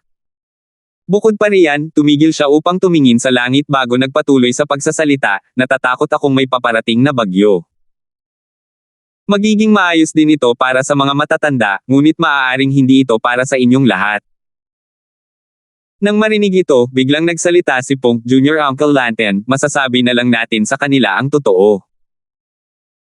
Pagkatapos, tumingin siya sa mga batang disipulo ng Puriang Sect bago niya sinabi, "Nandito na ang mga Emperor of Gods mula sa Primal Flame Sect ng Feudal Lord Mansion. Dumating din sila kasama ang tulong mula sa labas. Hindi nila balak na hayaang makaalis ng buhay si Basil sa lugar na ito. Maraming powerhouse mula sa Underworld Mansion ang dumating na rin. Matapos umalis ang lahat ng puwersang walang kinalaman sa bagay na ito, maaaring sumiklab ang digmaan dito. Upang matiyak na hindi kayo lahat maaapektuhan nito, nagpasya kaming umalis ng mas maaga. Hindi na namin kailangang masangkot pa sa bagay na ito. Prangka si Pong nang magsalita siya. Pagkatapos magsalita ni Pong, may ilang taong nagmungkahi na manatili sila upang manood ng palabas. Nang marinig ang mungkahi, maraming tao ang naantig ang damdamin. Umiling si Pong. Madaling maging matapang kapag ikaw ay ignorante. Alam mo ba kung ano ang mangyayari kapag ang mga emperador ng mga Diyos ay lumaban ng buong lakas ng walang pakialam sa kanilang buhay? Sa oras na iyon, maaaring hindi na kayo maprotektahan ng mga matatanda. Pagkatapos, sinabi niya ng may bahid ng pagsaway, sige, kumilos kayo ng maayos. Mag-impake na kayo at magayos. Bahagyang nawala ng malay si Pong sa kung gaano katapang ang mga batang disipulo mula sa Pure Yang sect. Tila iniisip nila na ang laban ng buhay o kamatayan sa pagitan ng mga emperador ng mga Diyos ay parang laro ng mga bata. Ang isang labanang tulad niyan ay wawasak sa buong lugar. Isang labanan sa pagitan ng mga emperador ng mga Diyos, sa katunayan, si Alvin, tulad ng iba, ay gusto ring manatili at manood ng palabas. Gayunpaman, alam niyang masamang ideya iyon. Sa huli, inalo niya ang sarili sa loob-loob niya, mas mabuting bumalik na tayo sa lalong madaling panahon. Naghihintay na sa akin ang kataas-taasang banal na mansyon. Mapapanood ko rin ang laban ng mga emperador ng mga Diyos sa kalaunan. Maaari pa nga akong pumunta sa Realm Battlefield para manood ng ganoong labanan kapag lumakas na ako. Habang nasa biyahe pabalik sa kanilang pansamantalang tuluyan, hindi nakasuot ng belo sa mukha. Sana ay mapalad ka at mabuhay. Hindi madali para sa iyo, bilang isang babaeng tagapagsaka, na maabot ang ganitong taas. Sa simula, sina Alvin at Basil ay walang kinalaman sa isa't isa. Naglakbay sila sa magkabilang landas na walang mga interseksyon. Gayunpaman, nagkaroon lamang ng kaunting interaksyon dahil binati siya nito kanina. Kahit noon, inakala pa rin niya na iyon na lamang ang kanilang interseksyon. Kaya naman, kahit umaasa siyang mabubuhay si Basil, hindi na siya nag-aalala pa tungkol dito. Kahit mamatay pa ito, mapapabuntong hininga pa rin siya kung gaano kaikling buhay ang magandang babae. Samantala, pinangunahan din ni Theodore, ang Golden Seat Elder ng angkan ng Walker, ang mga tao mula sa angkan ng Walker palayo sa lugar ng pista ng 7 mansyon. Kasabay nito, sinabi ni Theodore kay Archie, mas mabuti nang may 2 pwesto kaysa wala. Nang makitang mukhang medyo nalungkot si Archie, inakala niyang nalungkot si Archie dahil hindi siya nakapasok sa top 3. Kaya naman, dagdag niya, sa pagkakataong ito, napakaraming nakatagong kalahok sa pista ng 7 mansyon. Hindi mo kasalanan kung bakit hindi ka nakapasok sa top 3. Hindi mo kailangang mag-isip ng sobra. 4,075. Nang bumalik ang mga tao mula sa Pure Yang sect sa Eastern Ridge Mansion, hindi sila naghiwalay sa 2 grupo tulad noong dumating sila. Sa halip, lahat sila ay sumakay sa lumilipad na barko ni Peggy. Medyo siksikan ito, ngunit may sapat pa ring espasyo para makapaglakad-lakad ang lahat. Si Peggy ang nagmungkahi na maglakbay ang lahat sakay ng iisang lumilipad na barko. Dahil maraming emperador ng mga Diyos ang nagtipon, mas makabubuting magsama-sama kahit hindi sila ang pantirya ng mga emperador ng mga Diyos na iyon. Walang anumang pagtutol si Dylon. Kung tutuusin, nakatulong sa kanya ang mungkahi. Hindi na niya kailangang magmaneho ng lumilipad na barko at bantayan ang kanilang paligid. Mas malakas siya kaysa kay Peggy, ngunit pagdating sa pagmamatsyag sa kanilang paligid gamit ang kanilang banal na kamalayan, halos pareho lang ang kanilang mga kakayahan. Ilang araw ang lumipas. Sa wakas ay nagkaroon na ako ng kaunting kapayapaan at katahimikan, naisip ni Alvin sa sarili nang sa wakas ay nagkaroon na siya ng oras para mag-isa.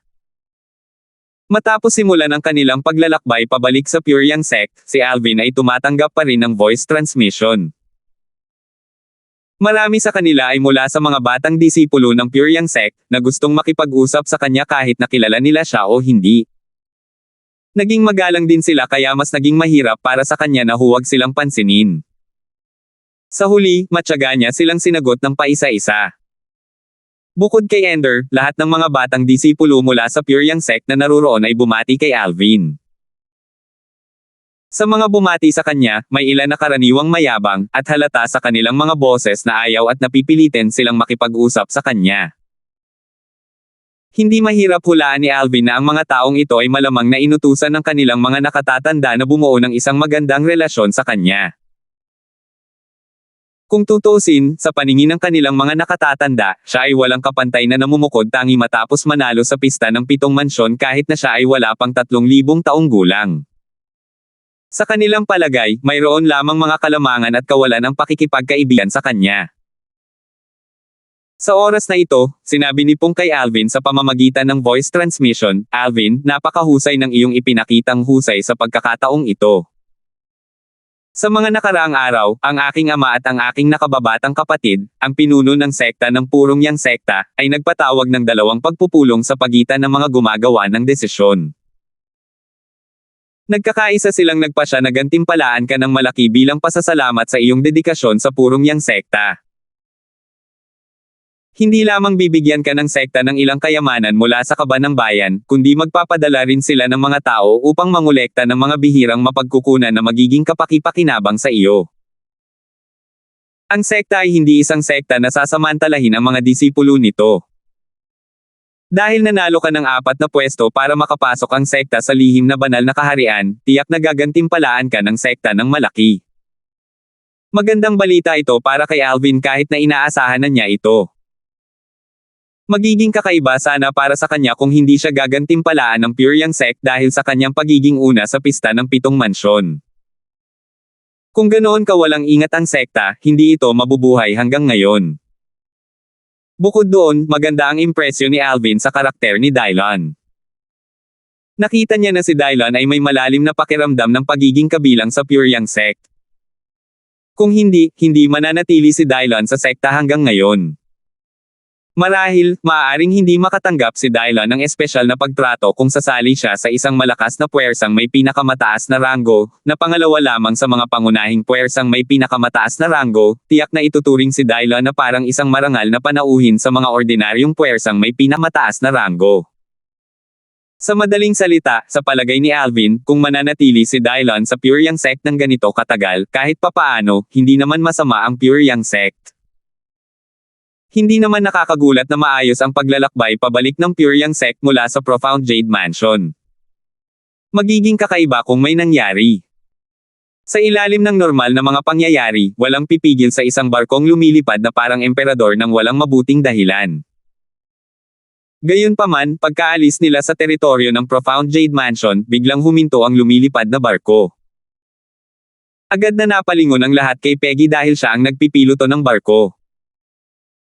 Sa oras na ito, may tumingin sa mirror image sa lumilipad na barko at bumulalas, may tao sa unahan. Pagkatapos, nakasimangot na sabi ng isang matanda, mukhang pamilyar ang taong ito. Sabi ni Peggy, si Romano yan, ang elder mula sa Howling Flame Sect ng Profound Jade Mansion. Pamilyar ang lahat sa pangalan ni Romano. Gayunpaman, nagtataka sila kung bakit nandito si Romano. Habang nagtataka ang lahat tungkol sa layunin ni Romano, umalangaw-ngaw ang kanyang boses mula sa labas ng lumilipad na barko. Bagamat nakatayo siya sa malayo, malinaw na umalangaw-ngaw ang kanyang boses sa lumilipad na barko. Elder Ye? Elder Lanten? Wala akong masamang intensyon. Gusto ko lang magsabi ng ilang salita kay Alvin para sa Supreme Rank Clan, ang Lin Clan. Nang marinig ng lahat ang mga salitang Alvin, Supreme Rank Clan, at Lin Clan, agad silang napalingon kay Alvin. Lumalabas na nandito si Romano para kausapin si Alvin. Bukod dito, ginagawa niya ito para sa Supreme Rank Clan, ang Lin Clan, hindi para sa Howling Flame Sect ng Profound Jade Mansion. Nanguna si Peggy at bumaba mula sa lumilipad na barko. Sabi niya, Elder Lin.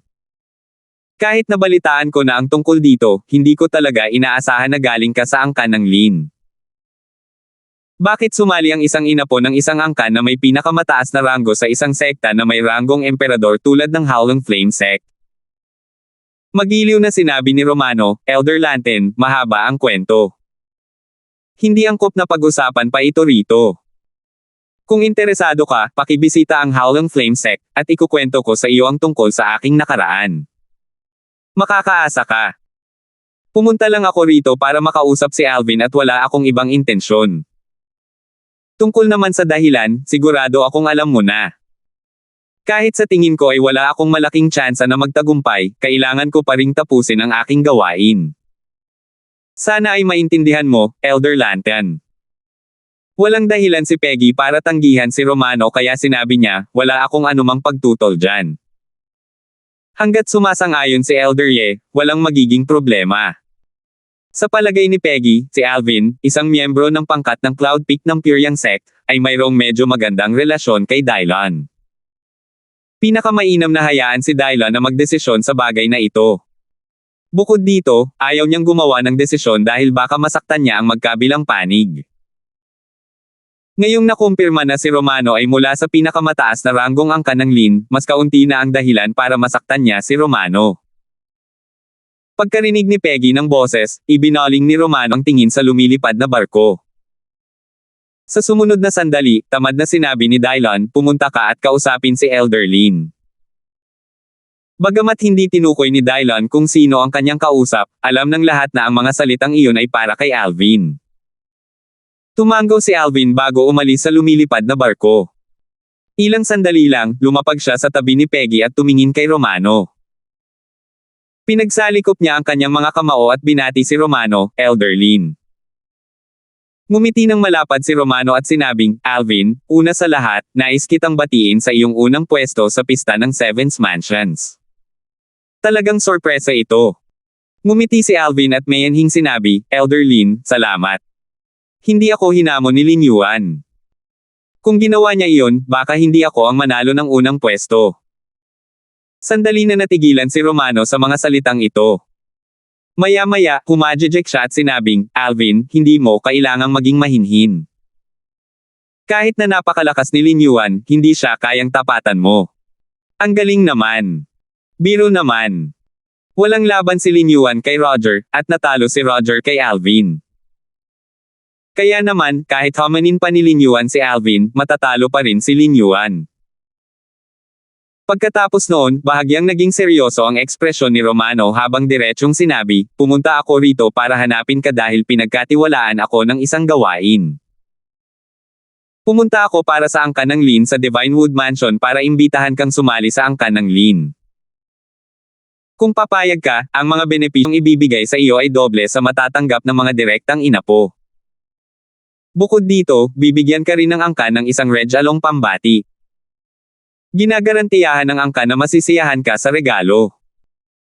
Kung tungkol sa kung ano ito, kung tatanggapin mo ang imbitasyon, maaari ko munang sabihin sa iyo ang tungkol dito. Kung hindi, natatakot akong wala akong masabi tungkol dito.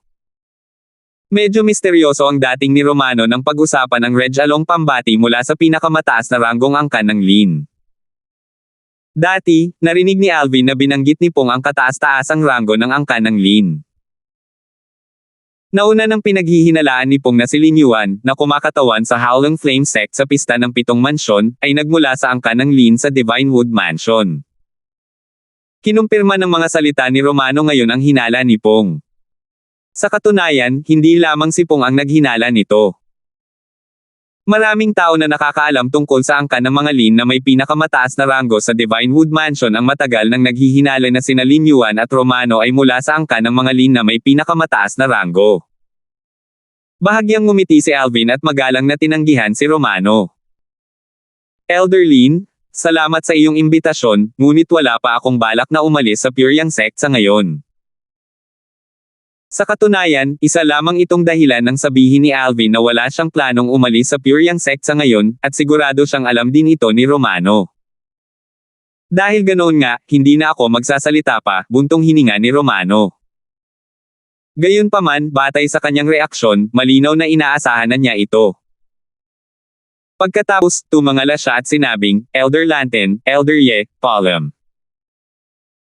Pagkatapos magpaalam kina Peggy at Dylon, lumipad palayo si Romano patungo sa Profound Jade Mansion, kung saan nanggaling ang mga kasama mula sa Pyryang Sect, nang walang ibang sinabi.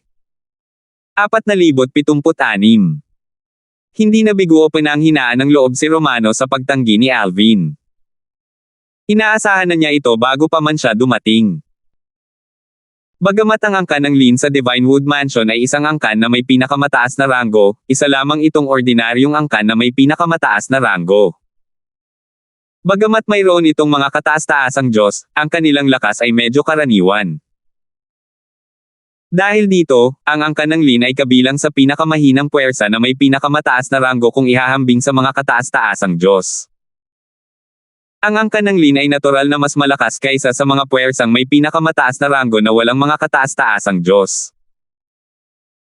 Ang mga ganitong uri ng puwersang may pinakamataas na ranggo ay itinuturing na mga puwersang may pinakamataas na ranggo ng karamihan, ngunit para kay Romano at sa mga nagmula sa mga puwersang may pinakamataas na ranggo na may mga kataas-taasang Diyos, maituturing silang mga tunay na puwersang may pinakamataas na ranggo. Sila ay mga puwersang may pinakamataas na ranggo na hindi naaayon sa panahon. Medyo relax si Romano habang lumilipad pabalik pagkatapos niyang matapos ang kanyang gawain. Bumulong siya ng malalim, aba, hiniling nila sa akin na i-recruit si Alvin, at ginawa ko nga. Wala akong kinalaman kung tatanggihan ni Alvin ang imbitasyon. Ginawa ko na ang lahat ng aking makakaya. Maya-maya, nagliwanag ang mga mata ni Romano habang bumubulong, kung babalik ako agad, baka makapanood ako ng palabas. Dapat magsimula na silang mag-away, di ba? Walang kaalam-alam si Alvin sa iniisip ni Romano. Bumalik siya sa lumilipad na barko kasama si Peggy. Iba-iba ang tingin ng bawat isa nang tumingin sila kay Alvin. Tutal, inimbitahan siyang sumali sa isang puwersang may pinakamataas na ranggo. Bukod dito, hindi ito isang hindi regular na puwersang may pinakamataas na ranggo. Ito ay isang puwersang may pinakamataas na ranggo na may higit sa isang kataas-taasang Diyos.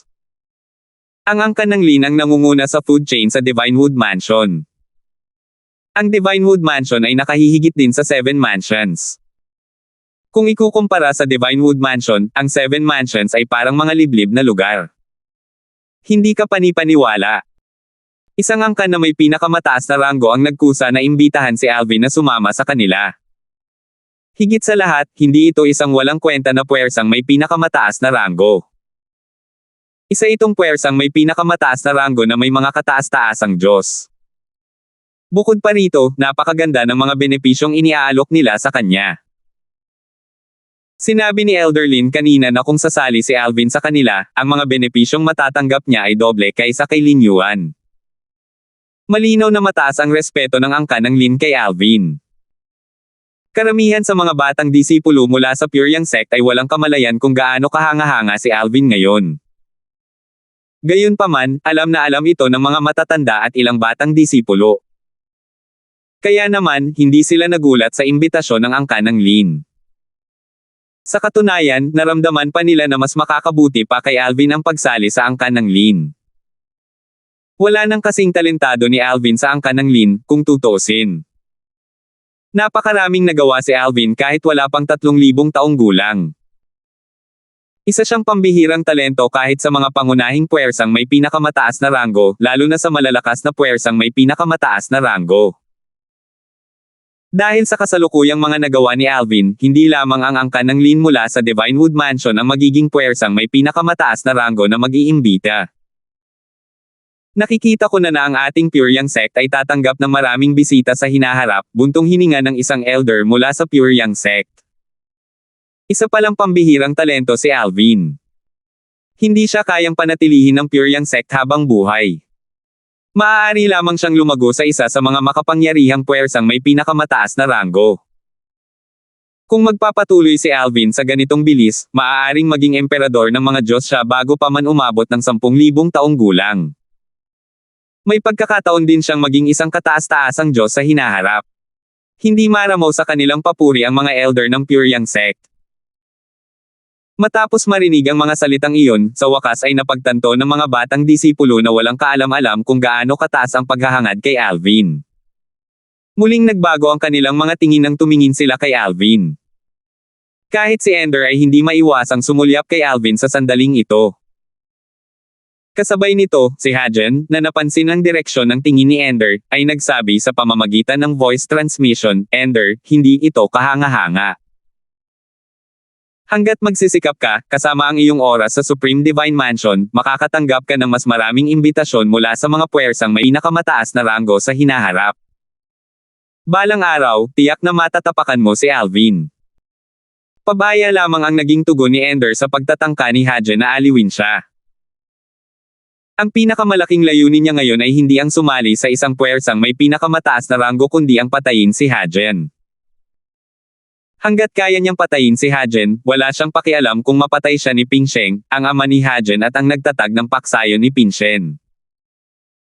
Sa katunayan, naramdaman niyang sulit ang pagkawala ng kanyang buhay hanggat kaya niyang patayin si Hadjen. Kasabay nito, si Marvick, na nakatayo sa isang sulok, ay sumulyap kay Alvin ng may masalimuot na tingin. Kasabay nito, pinalad siyang hindi nagpatuloy sa pag-asar kay Alvin. Naisip niya sa sarili, hindi ko na talaga siya kayang asarin muli sa hinaharap. Ginugol ni Alvin ang kanyang oras sa paglalakbay pabalik sa paglilinang ng nakapikit. Wala nang nanggulo sa kanya. Nagising lamang siya nang sa wakas ay makarating sila sa Puryang Sek. Pagkatapos bumaba mula sa lumilipad na barko, sinundan ni Alvin si Pong pabalik sa Cloud Peak Island at bumalik sa kanyang cultivation ground. Bago humiwalay kay Pong, sinabi ni Alvin, "Elder Zin, tulungan mo akong magtanong kay Elder Ye tungkol sa Supreme Divine Mansion. Gusto ko talagang malaman kung kailan ako makakapasok sa lugar na iyon. Tungkol naman sa aking kaligtasan, hindi mo kailangang mag-alala. Lubos akong may kumpiyansa na makakaligtas ako sa lugar na iyon." Nagningning ang mga mata ni Alvin sa kumpiyansa at determinasyon. Dahil nakaligtas si Ender sa kataas-taasang banal na mansyon na sumusubok sa kalooban ng isang tao, sigurado siyang makakaligtas din siya. Hindi niya inisip na mas mahina ang kanyang kalooban kaysa kay Ender. Ang kanyang kalooban ang nagtulak sa kanya sa buong paglalakbay niya. Sige, hihikayatin ko si Junior Uncle Ye na kausapin si Senior Uncle Yuan sa lalong madaling panahon, at agad kitang aabisuhan kapag nakatanggap ako ng balita, sabi ni Pong. Hindi na siya nag-aalala na hindi na makakaligtas si Alvin sa Supreme Divine Mansion. Nakumbinsi siya nang makita niya ang kumpiyansa at determinasyon ni Alvin. Natural lang na tinutukoy ni Pong si Ping Sheng, ang nagtatag ng pangkat ni Ping Shen, nang banggitin niya ang Senior Uncle Yuan. Tumango si Alvin. Bagamat hindi siya mapakali at hindi makapaghintay na makapasok sa Supreme Divine Mansion, wala na siyang magagawa kundi maghintay na lang. Hindi nagtagal pagkatapos ni Pong, nawala rin ang kanyang pagkabalisa habang iniisip ang kanyang karanasan noong pista ng 7 mansyon. Parang isang habang buhay na siyang wala. Ang lakas ko lang noong una akong dumating sa Profound Jade Mansion, imposibleng makapasok ako sa top 3, lalo na ang ma-first rank.